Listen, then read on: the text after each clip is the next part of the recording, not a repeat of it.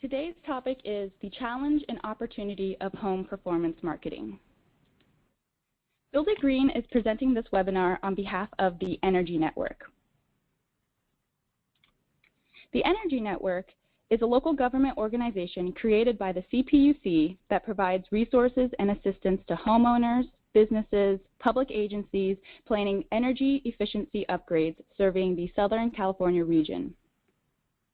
These services include community education and outreach, such as these webinars, rebate and incentive offerings, attractive financing terms, and tools to help identify contractors that have been trained in energy efficiency. Additional resources help homeowners take the next steps towards saving energy. Today's presenter is Peter Troast of Energy Circle. Peter Troast leads the Energy Circle team and is a passionate advocate for the home performance industry. He drives innovation for both Energy Circle Pro, suite of web and marketing tools built exclusively for companies in the home performance, HVAC, insulation, energy auditing, and low energy building sector. He contributes to the popular Energy Circle blog for home performance professionals nationally and is a frequent presenter at national conferences on topics of energy efficiency marketing and communication, use of social media, and energy monitoring. He is committed to pro bono work for the industry and currently serves as chair for the marketing committee for the Northeast Sustainable Energy Association, NESEA, Building Energy 2015 conference, as well as various committees of energy efficiency. We're very lucky to have Peter joining us today to present on the challenges and opportunities of home performance marketing. Please join me in welcoming Peter Troast.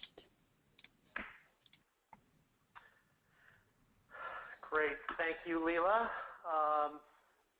Good morning, everybody. Hope you're all doing well. Leela, just confirming that my screen is looking okay? Looks wonderful, Peter. Awesome, great. Good morning again, everyone. Thank you very much for having me, and very excited to talk about my favorite topic in all of the world, which is how do you market this crazy thing that so many of us have kind of staked our lives around, which is this amazing business of whole house home performance. So before diving in, I won't go into more of this.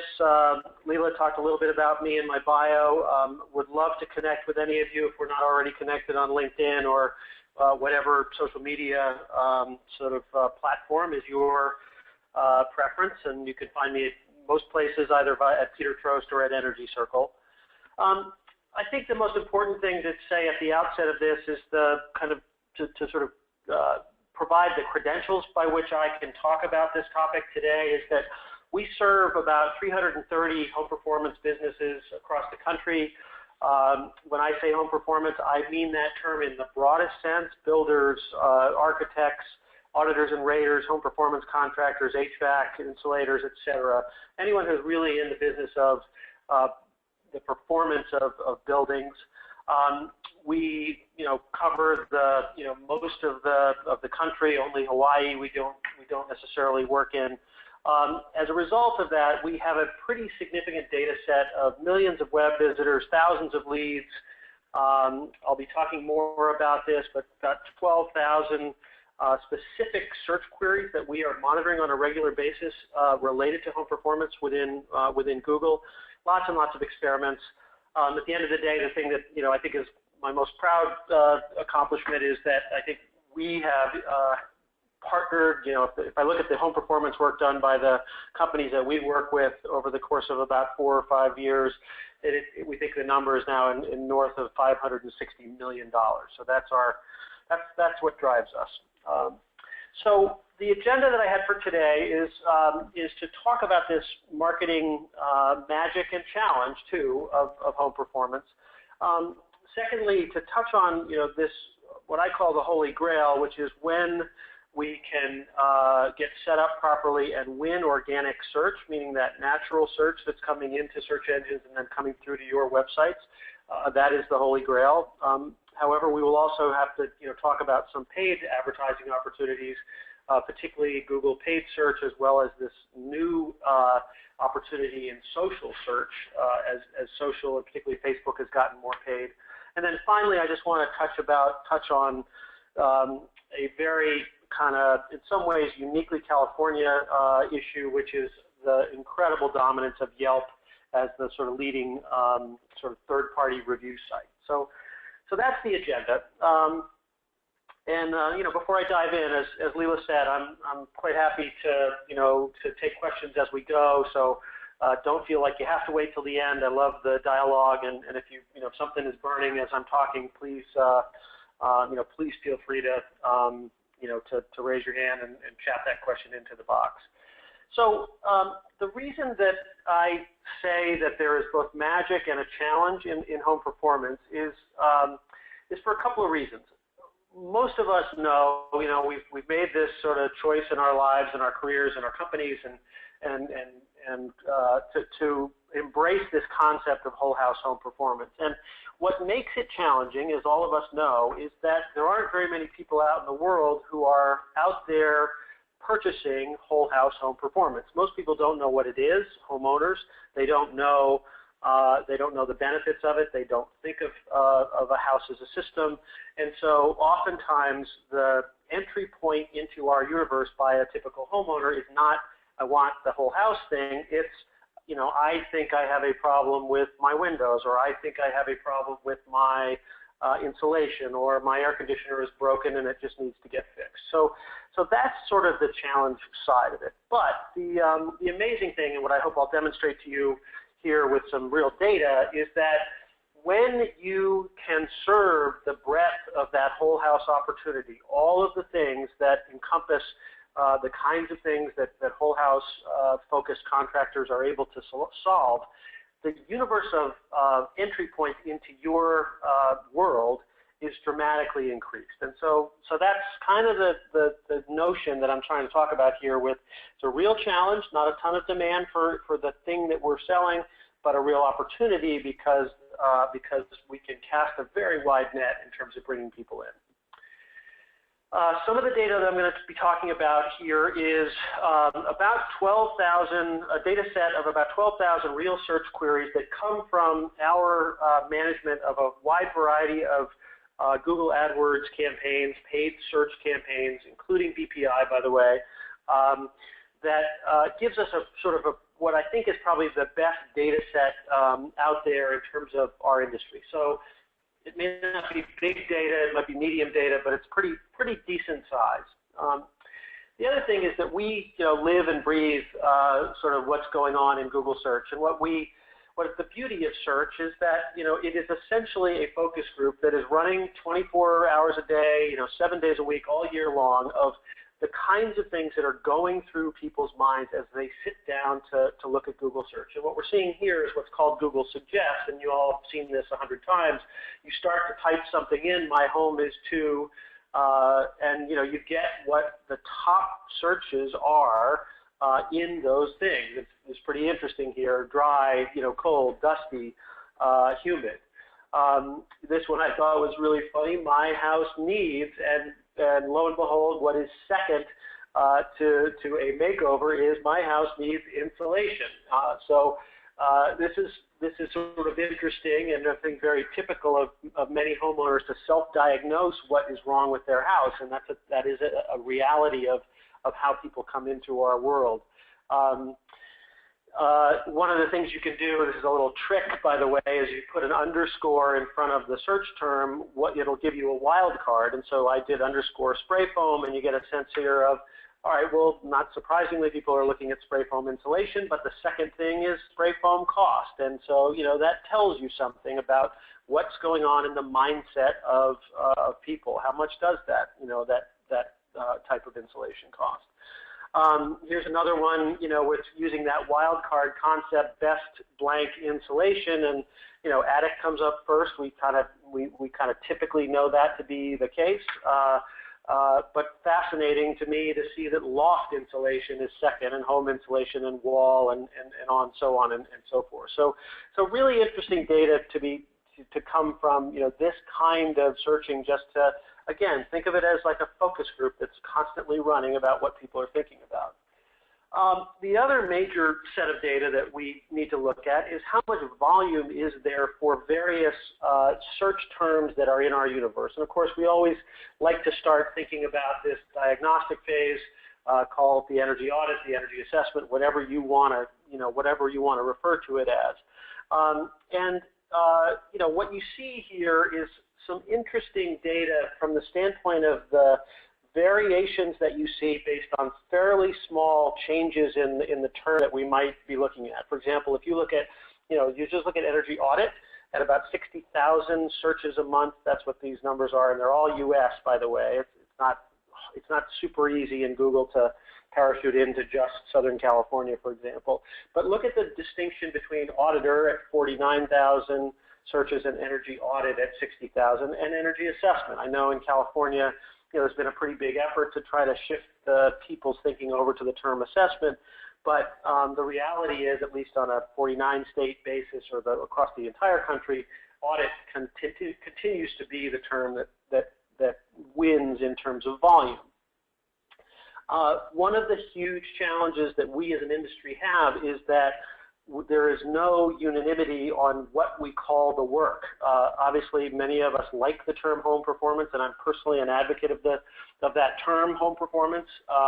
But it is, as I said earlier, not something that people are searching for. So just look at it in comparison to energy audit versus home performance. This initial diagnostic phase of the work gets 60,000 searches a month, and the work itself, in the case of the home performance term, gets 18,000. So it's a real issue and challenge for us as an industry. You look at how low energy retrofit is. You look at there is some volume for weatherization, but we can all assume that that is contaminated somewhat by low income kind of stuff. You look at energy upgrade, and even deep energy retrofit being fairly tiny terms. So there's a real lack of kind of consensus as to what do you call this stuff that we do. When you then take a look and add into that kind of, that last chart, heating and air conditioning and insulation, you see that those two terms have massively higher amounts of volume. So insulation in particular, home performance at 18,000, insulation at 1.5 million searches a month, heating and air conditioning at 450,000. So huge orders of magnitude difference in terms of the number of people searching. And again, this makes a certain amount of sense in that people don't get the whole house concept. They self-diagnose and they enter in and say, apparently there's something wrong with my whatever, insert insulation, my air conditioner, my heat, etc. This is the last of these volume slides, but just to give you a sense of, when you parachute into the specific category called insulation, you see here that there is a whole wide range, and virtually every one of these gets more search than home performance. And so you can see that foam and spray foam are extremely popular search terms. I'm always sort of reminding people how valuable soundproofing is. Many of us are focused on kind of the energy and sort of airflow issues of homes, and we tend not to think necessarily about how much value there is from a soundproofing standpoint. And you can kind of see on down the list what happens here. So lots and lots of opportunity in these terms. Now, what I want to talk about next is, in this universe of search, the kinds of reasons that someone might enter into our kind of universe, or maybe become a lead, pick up the phone and call us, or fill out a form on a website and become an actual lead that we can do something with. When the business model is a narrow set of services, and not that HVAC is particularly narrow, but I'm just using this as an example, you, to some degree, limit yourself to a set of terms that relates to sort of what people think of in traditional HVAC. And for the most part, it's very often it's either replacement or installation of an AC unit or a furnace, or it's repair, right? It's emergency services. And I'm just using 5 or 6 terms here just as exemplary of what it means to be there. So that's sort of the universe in which you play. Now, when you establish yourself as a company as a whole house home performance company, and by the way, the distinction of whether you deliver these services in-house or you do them through a partnership or outsourcing is somewhat irrelevant to this discussion, because I think you still want all of these leads.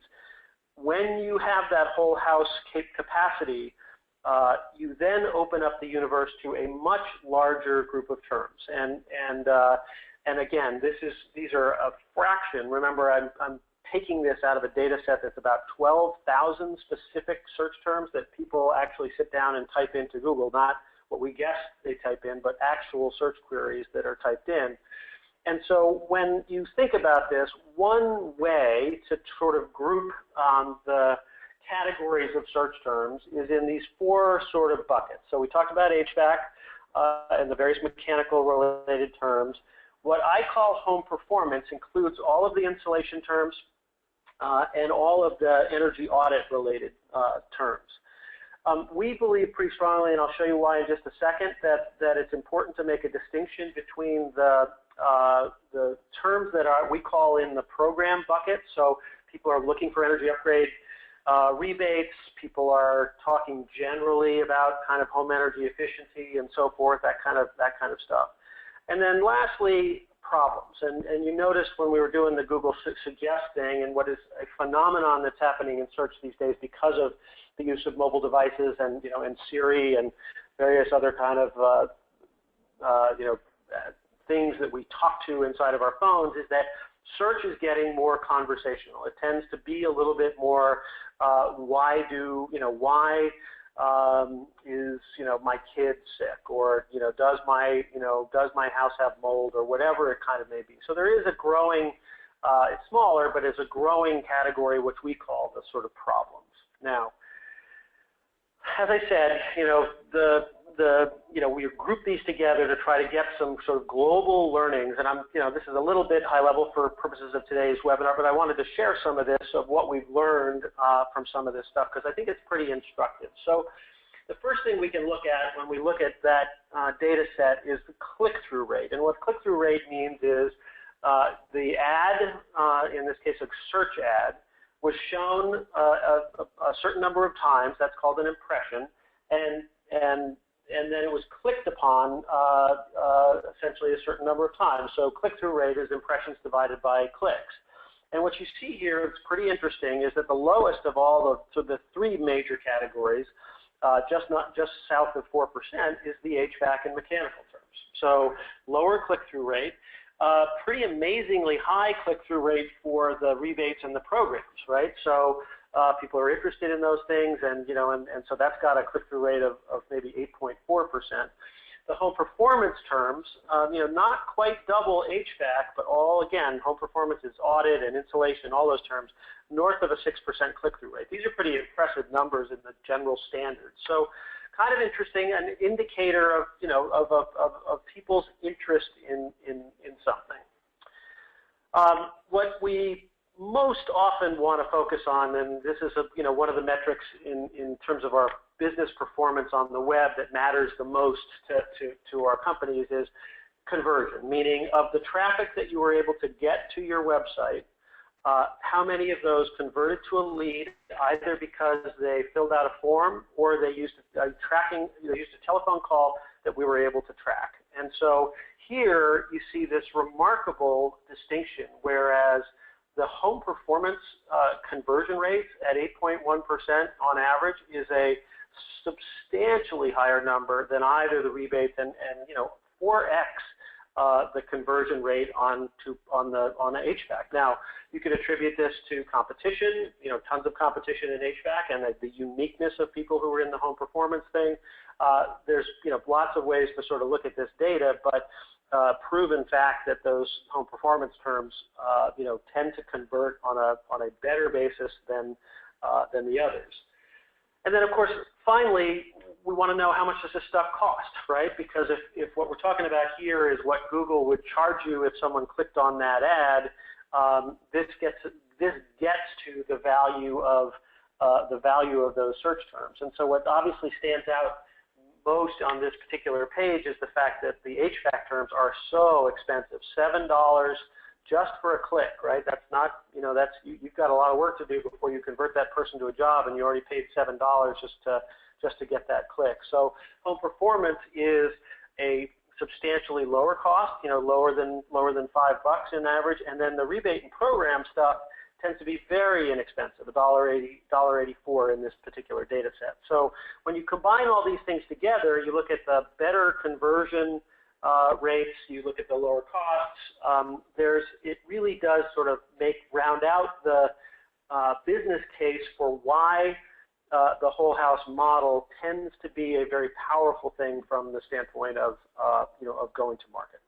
So hopefully that all kind of makes sense. Now, I want to make a really, really super important point here, which is that everything I just said leads you to drawing leads into your company from a wide variety of topics, and very often on the basis of what that homeowner has self-diagnosed their problem to be. And so for you to be successful, bringing someone in that comes through the door saying, I'm pretty convinced that my insulation is not where it needs to be, or I don't have any, to a whole house approach in which a diagnostic process identifies a real set of needs and a priority order of what is going to have the highest impact, and so forth.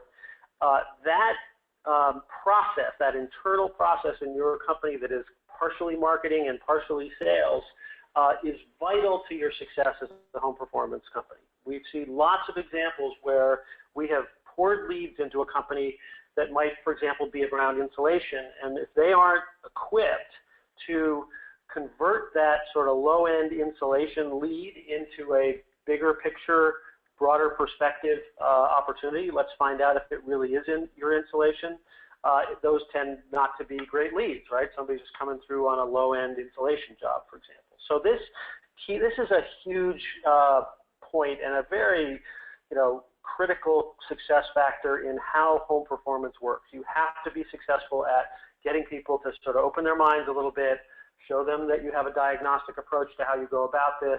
You're going to be unbiased in kind of what that diagnostic process determines is a factor, and kind of go from there. So super, super important.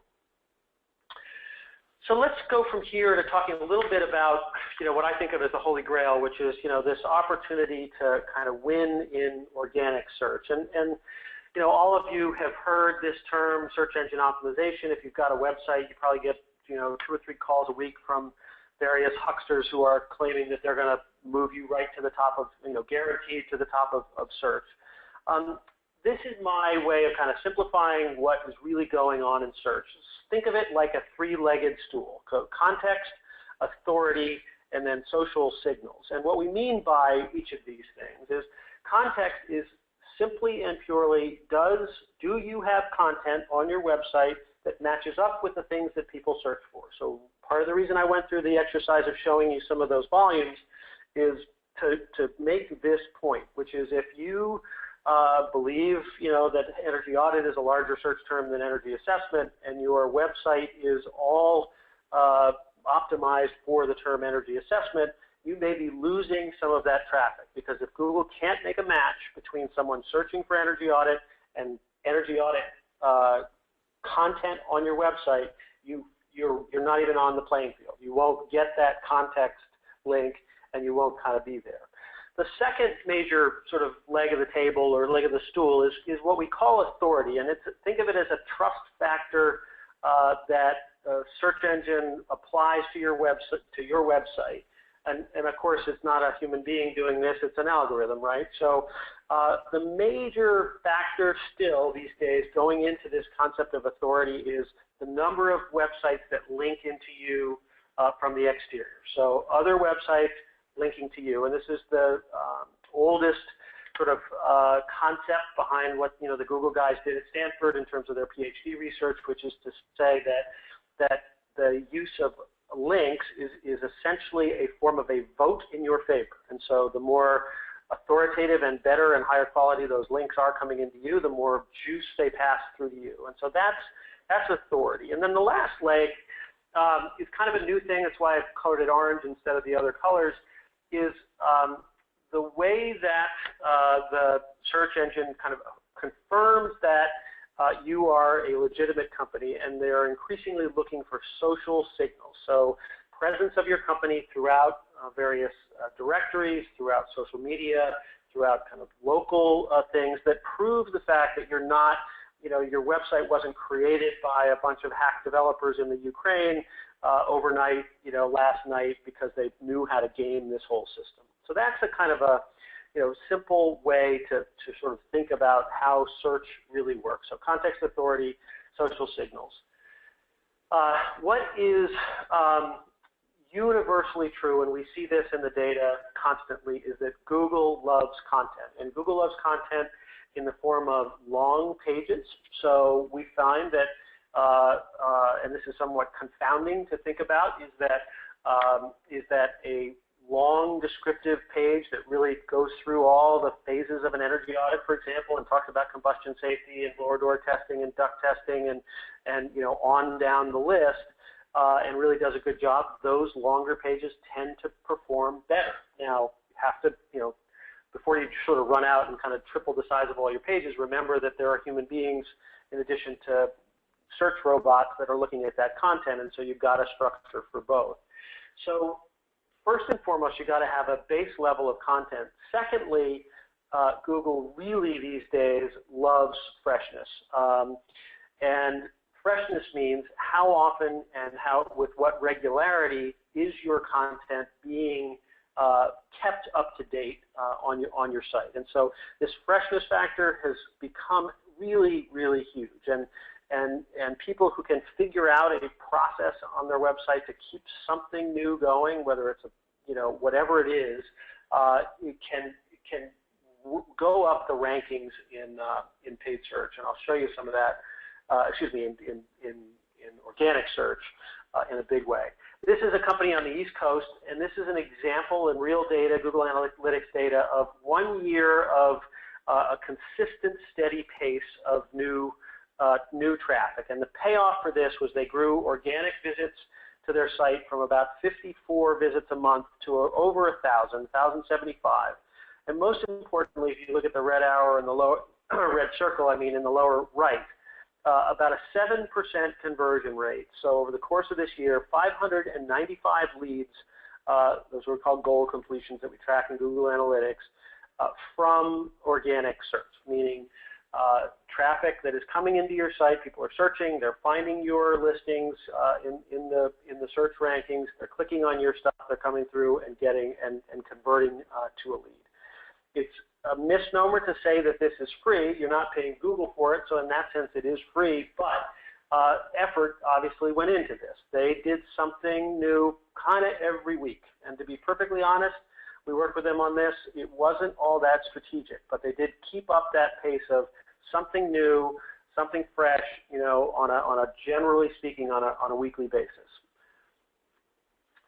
So when you start thinking about the content that you need to try to get towards that kind of organic traffic, which is hugely valuable, think about two categories. One is you need to have your foundation set, and your foundation is obviously your home page, and the About Us page for companies like ours is very, very important. We're pretty intrusive in the kind of work that we do, and so we find in the data that the second most visited page after a website homepage is very often the About Us page. They want to know who you are. You have to have pages about all of your services, and that's critical. I'll talk more about it in a second. And then, to get conversion, you got to have a really good call to action, an invitation for them to contact you. When we talk about ongoing content, I know a lot of people who hear that point say, "Oh my gosh, he's telling me I have to be a blogger, and I'm writing's painful, and I don't want to do that." A blog is a good way to keep content fresh, but it is not the only way. Everything counts, and this is really important. If you make edits to a page, that counts as fresh content. If you add photos, it counts as fresh content. If you add case studies, it counts. If you have a system in which you're capturing testimonials and adding those to your website, that's fresh content. So everything counts is the key thing. But as I said before, the most important piece is this services content. So the determine what you're selling, whether it's audits and ratings or energy efficient renovations or net zero buildings or spray foam insulation or furnace repair, whatever that is. Make sure over some period of time that you have pages identified for each of your major services. That is going to help you get there. And like I said, everything counts. Long blog posts are great, but short ones are fine too. Case studies I think are especially good. If you round out a service, having a photo gallery is terrific. And one thing that is often very overlooked and easy thing from a content standpoint is there's Q&A. And sometimes we call this on the web FAQs, right? Frequently asked questions. You get them all day long in the field from your customers. Just make a point of kind of jotting that question down and answering it, and that can be really easy, straightforward content.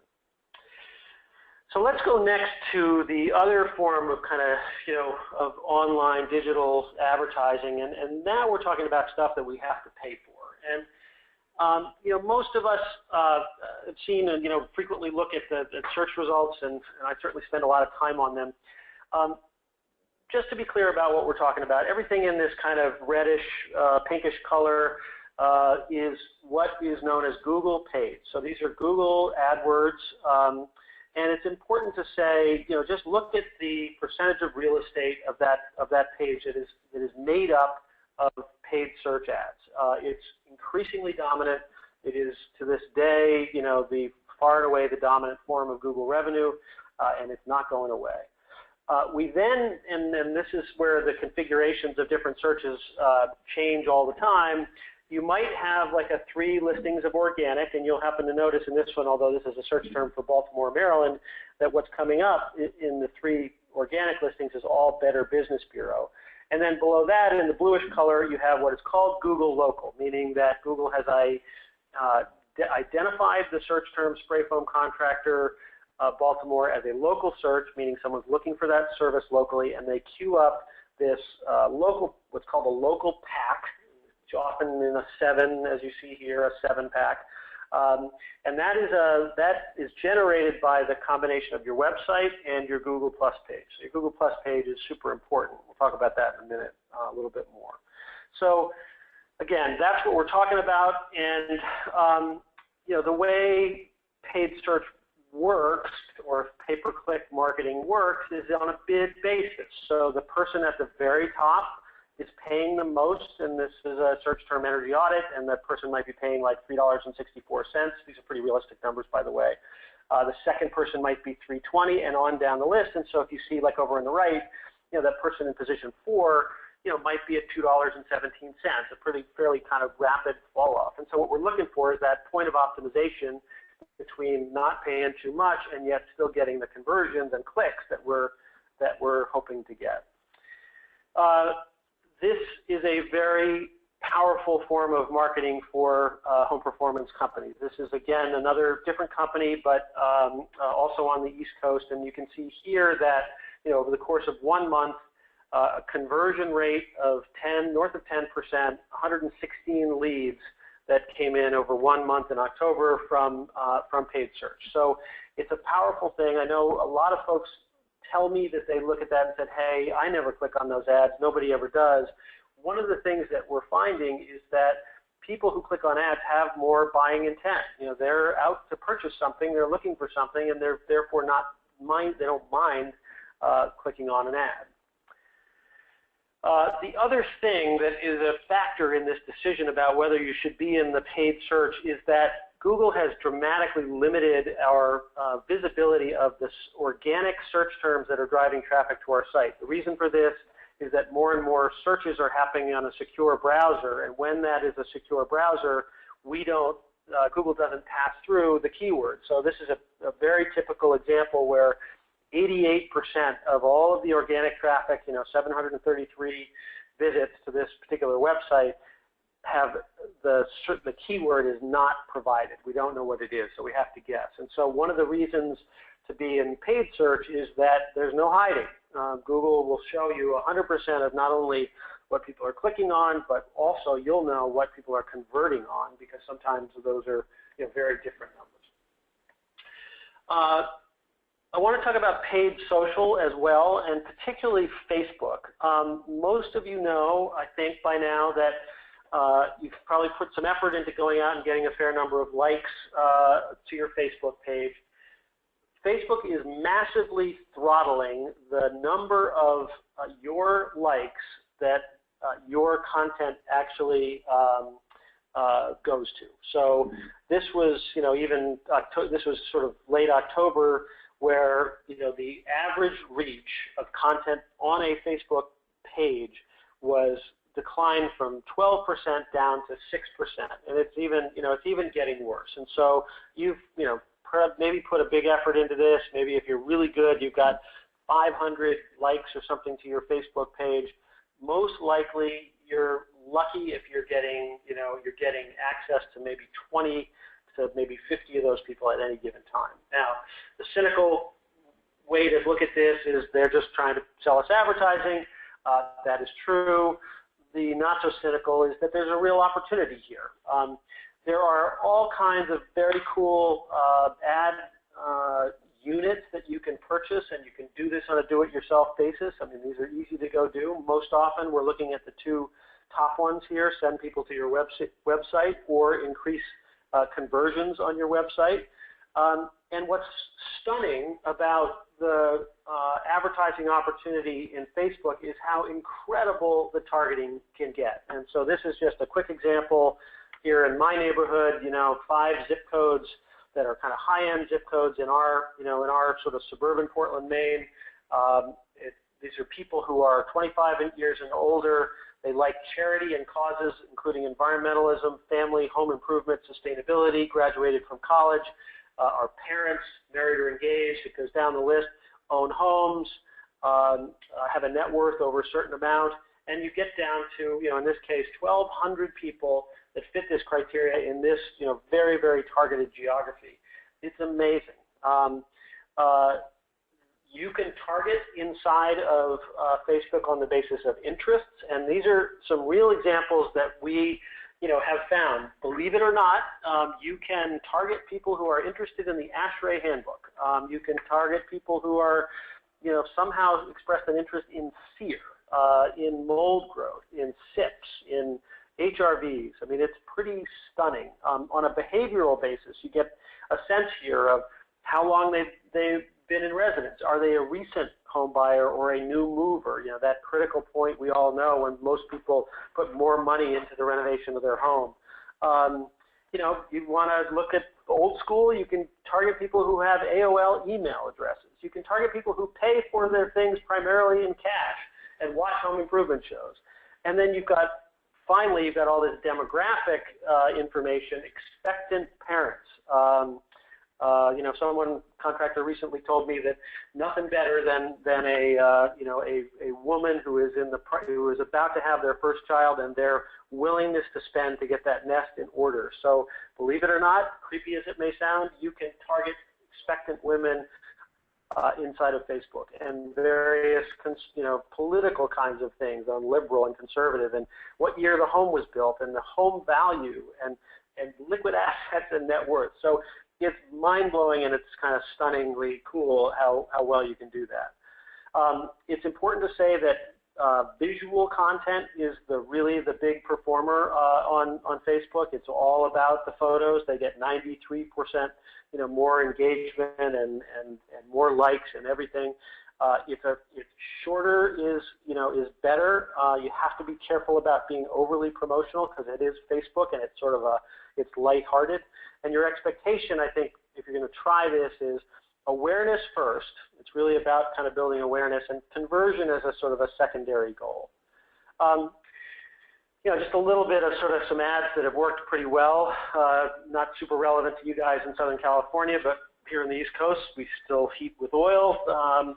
If you turn your oil company into a creepy, what your oil company doesn't want to know, this performed really quite well. As trite as it may seem sometimes to see this sort of happy, smiling family, these kinds of ads actually work really well.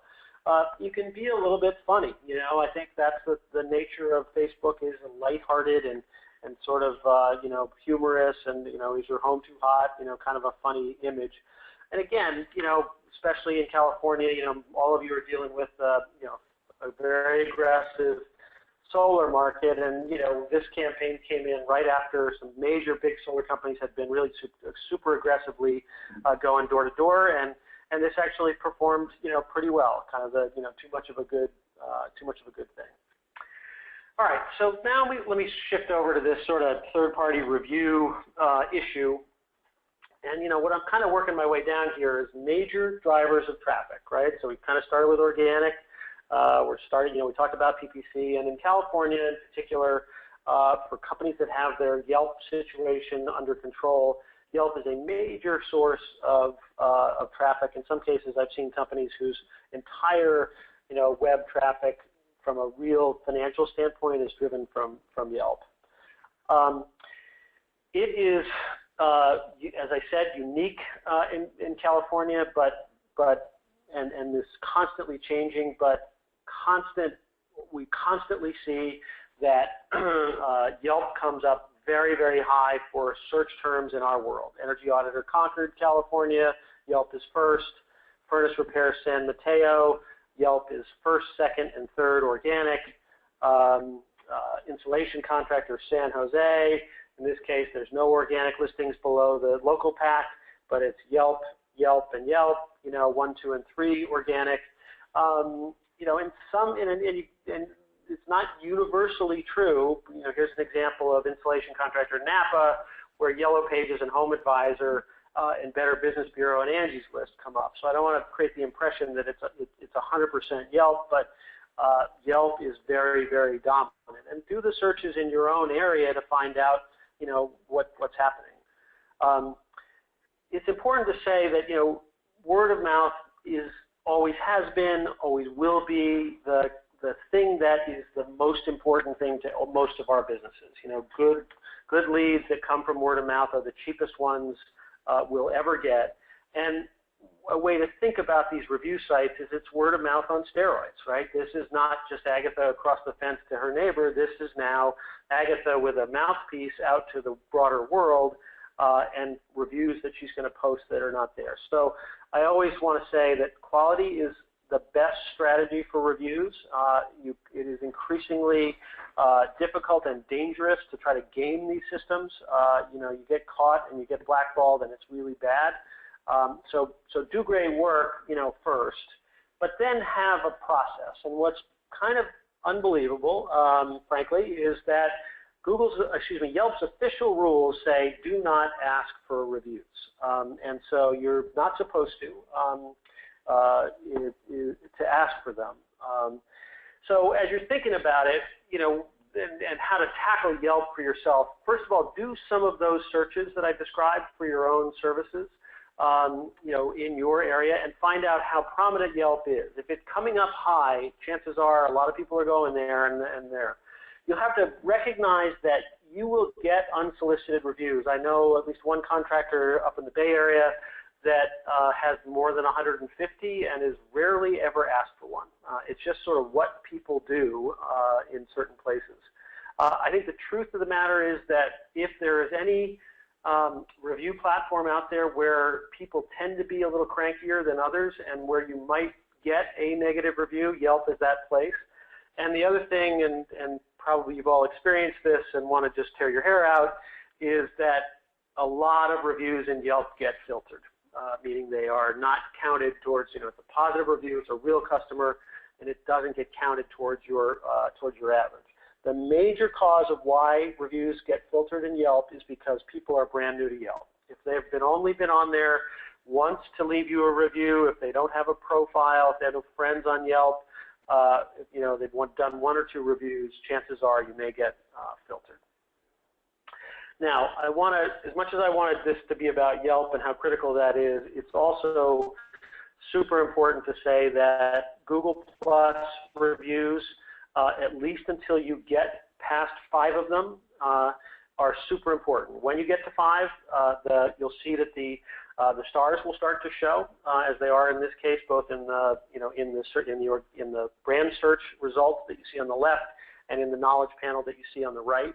So those stars are obviously super prominent, and Google's now, over in the last week, is now allowing those stars averages to be incorporated into Google paid search ads, and we're starting to see some really extraordinary results from that.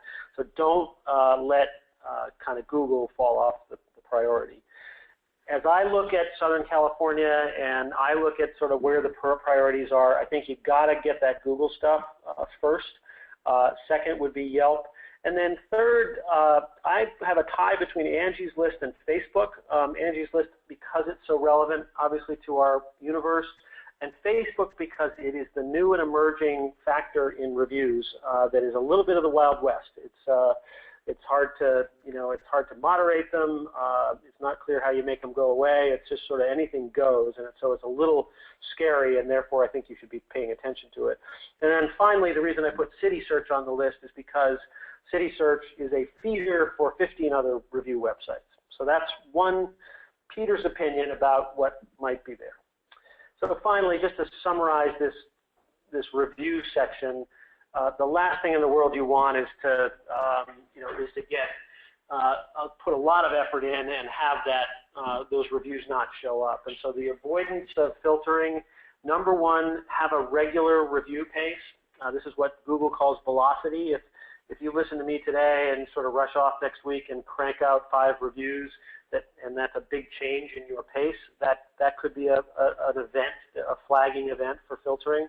You can't have duplicate reviews on Google especially. So if you want reviews in Google to not be anywhere else, not on your website or not on other review sites.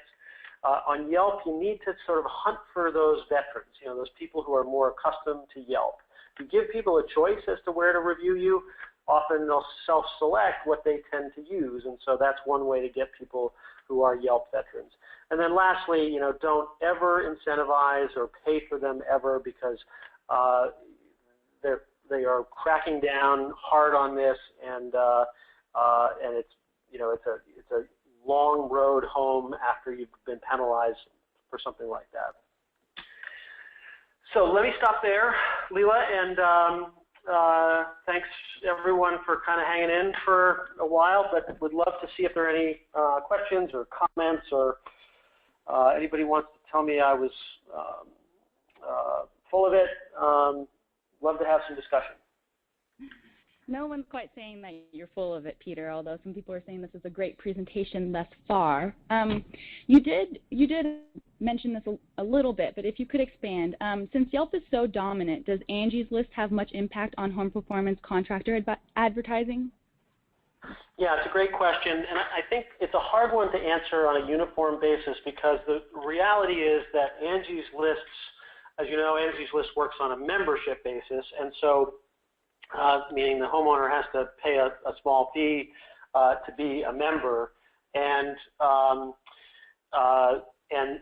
their membership is not uniform around the country. So I don't, my sense is that it's Angie's List in the sort of greater Southern California area is a pretty relevant thing, but again, I think you sort of know instinctively in your area whether or not that is the case.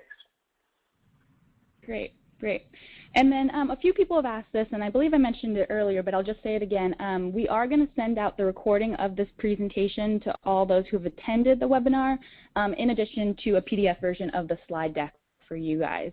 So for those of you guys asking, yes, we will definitely send out the presentation to you all. We're going to leave the line open for a little bit longer, so that if you do have any other questions for Peter, definitely take advantage of him being with us this morning. If you don't already know, to submit the questions, you just expand the questions pane, type in your question, and then send to us privately.